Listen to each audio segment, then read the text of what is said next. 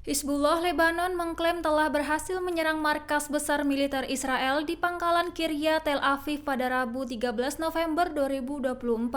Pangkalan Kirya sebagai pusat komando utama Israel diserang 2 kali dalam 1 hari. Serangan pertama terjadi pukul 3:30 sore menggunakan drone dan tepat mengenai sasaran.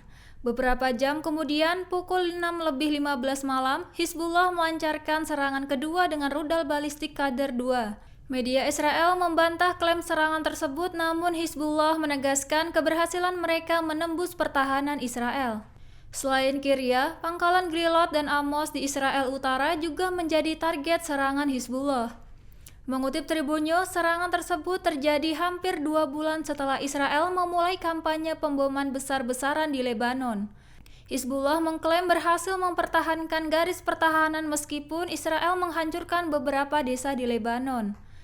Sebelumnya, 9 tentara Israel dilaporkan tewas dalam insiden ledakan di Lebanon Selatan. Sementara itu, Hizbullah menyatakan siap menghadapi perlawanan lebih lanjut dalam invasi darat Israel. Hizbullah meluncurkan serangan besar-besaran ke sasaran militer Israel di wilayah perbatasan Lebanon pada Kamis 14 November 2024. Serangan itu berupa roket dan artileri yang ditujukan kepada kelompok pasukan Israel di wilayah Palestina Utara dan beberapa kota di Lebanon Selatan. Hizbullah juga melancarkan serangan udara dengan pesawat tak berawak yang menargetkan pemukiman Yiron dan Ein Yaakov serta Pangkalan Eliakim di selatan Haifa. Mengutip Al-Mayadin, pesawat nirawak Israel jenis Hermes 450 berhasil ditembakkan jatuh di wilayah udara Lebanon oleh pejuang Hizbullah. Operasi tersebut diklaim sebagai bentuk dukungan terhadap perjuangan rakyat Palestina di Gaza. Pada Kamis pagi, Hizbullah kembali menargetkan pemukiman Yesud Hama'ala dan wilayah perbatasan Haula Markabah. Beberapa serangan diluncurkan secara bersamaan dengan melibatkan pesawat tanpa awak yang berhasil mengenai sasaran. Israel dilaporkan mengalami korban jiwa dan kerusakan infrastruktur akibat serangan tersebut. Militer Israel atau IDF melaporkan terjadi penurunan besar dalam jumlah serangan roket dari Lebanon ke Israel. Dalam beberapa hari terakhir, tembakan roket mencapai wilayah Israel Utara, bahkan beberapa kali menyentuh Israel Tengah dan wilayah Sharon. Pada Kamis 14 November 2024, IDF menyatakan bahwa rata-rata roket yang ditembakkan per hari kini turun menjadi 100 roket, padahal sebelumnya lebih dari 150 roket.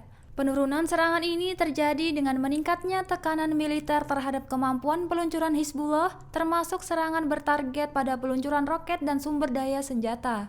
Meskipun serangan roket berkurang, situasi di wilayah Lebanon tetap kritis dengan adanya kerusakan besar. Kedua pihak terus terlibat dalam pertempuran sengit dengan pasukan Israel terus berusaha menekan Hizbullah. Mengutip Ynet News, dilaporkan IDF telah melakukan 5 pertemuan dengan pejuang Hizbullah dan mengordinasikan gerakan militer dengan upaya diplomatik. Sementara itu, Menteri Energi Israel Eli Choson menegaskan Israel semakin dekat untuk mencapai kesepakatan guna mengakhiri pertempuran di Lebanon dan mengusir Hizbullah dari perbatasan. Ledakan dahsyat mengguncang kamp tenda Al-Mawazi Gaza yang ditetapkan oleh Israel sebagai zona aman. Video yang beredar menunjukkan momen serangan Israel terhadap area yang dipenuhi tenda-tenda warga Palestina yang mengungsi. Suara ledakan yang mengerikan terdengar jelas meninggalkan kawah besar di tengah kamp. Tampak percikan bom dengan asap menggumpal terlihat jelas membuat warga Gaza berlarian menyelamatkan diri. Mengutip Al Jazeera pada 15 November 2024, akibat ledakan itu lebih dari 1.000 tenda rusak di kawasan tersebut. Serangan itu menyebabkan seorang anak tewas dan beberapa orang lainnya terluka. Kejadian itu menambah derita pengungsi yang sudah berada dalam kondisi sangat buruk. Sementara itu, upaya kemanusiaan untuk membantu para korban terus mengalami hambatan. Serangan tersebut semakin memperburuk situasi kemanusiaan di Gaza.